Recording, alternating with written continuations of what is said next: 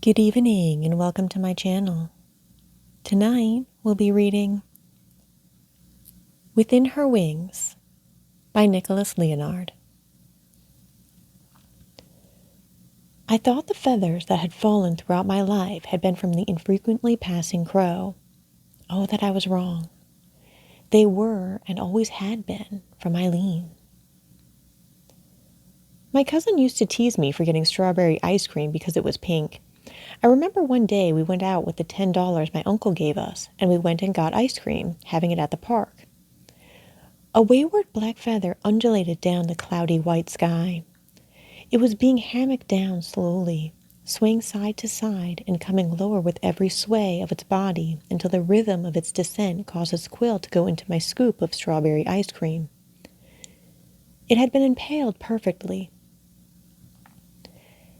Ever since that day, whenever I heard a crow make its labored and croaking call, a sound not too uncommon in Massachusetts, I would look up. First, I'd scan the pollution-smeared sky, then check the tree lines. Yes, I would see something black inside the branches, but it never truly felt as though I had identified the creature that dispatched one of its feathers into my strawberry ice cream. I would get the clearest image of a crow on somebody's rooftop while waiting for the school bus, only to feel unimpressed and unfamiliar with their pearly black eye. They never seemed to recognize me either. It made me wish I had kept the feather. Throughout the 2010s, my time in the Massachusetts public school system, these occurrences were as enigmatic as Arabic punctuation, as though I was seeing them too late. As time went on, it was as though the crows were teasing me with their calls. And yes, I did come upon the occasional lost feather. But here was the problem with the feathers. They were too big. In my 20s, when the one piece that didn't fit into the puzzle of maturity was the piece that was the black feathers, I started researching. I went to a museum of natural history and came face to face with a taxidermied crow and noticed how small its feathers were. The feathers I had been finding had been grand enough for someone to poke in their hat in the olden days. How I paused inside the Museum of Natural History. It felt like I was too old to have any kind of revelation of this kind. The feathers I had been seeing all my life were not from crows. I had to force myself to walk over to the taxidermied raven, only to see that its feathers didn't match as well. So I went crazy researching birds native to Massachusetts, birds who migrated through Massachusetts, and tried my best to find those strange incidents of exotic species showing up where they're not supposed to be, but nothing ever seemed to match. Still, I researched, and my fascination increased. No, my fascination turned into admiration, something almost akin to being impressed. I was impressed by the architecture of a condor's wingspan. The diagrams of birds and their wingspans bewitched me.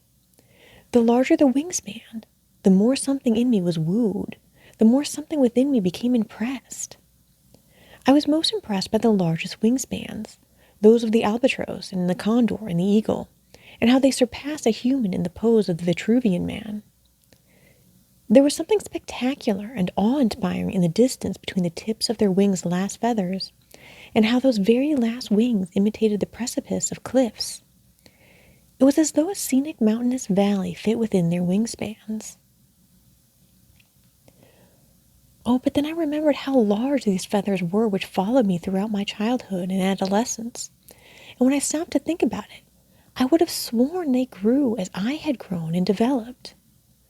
A black hole in its accretion disk could have fit within the wingspan of whatever had been behind and above me all my life.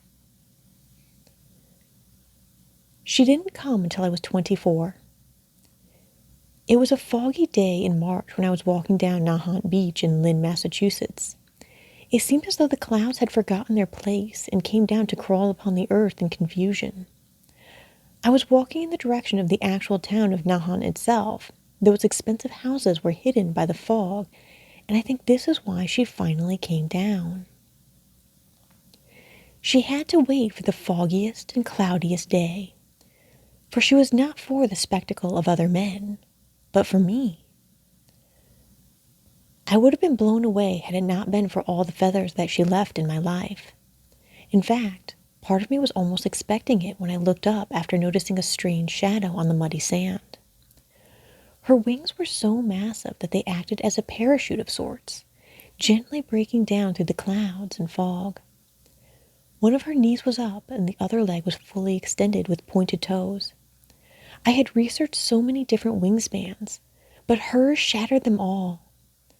They were tall black wings, black as night, with pointed arches in the middle of each, and her total wingspan seemed to be around 20 or so feet.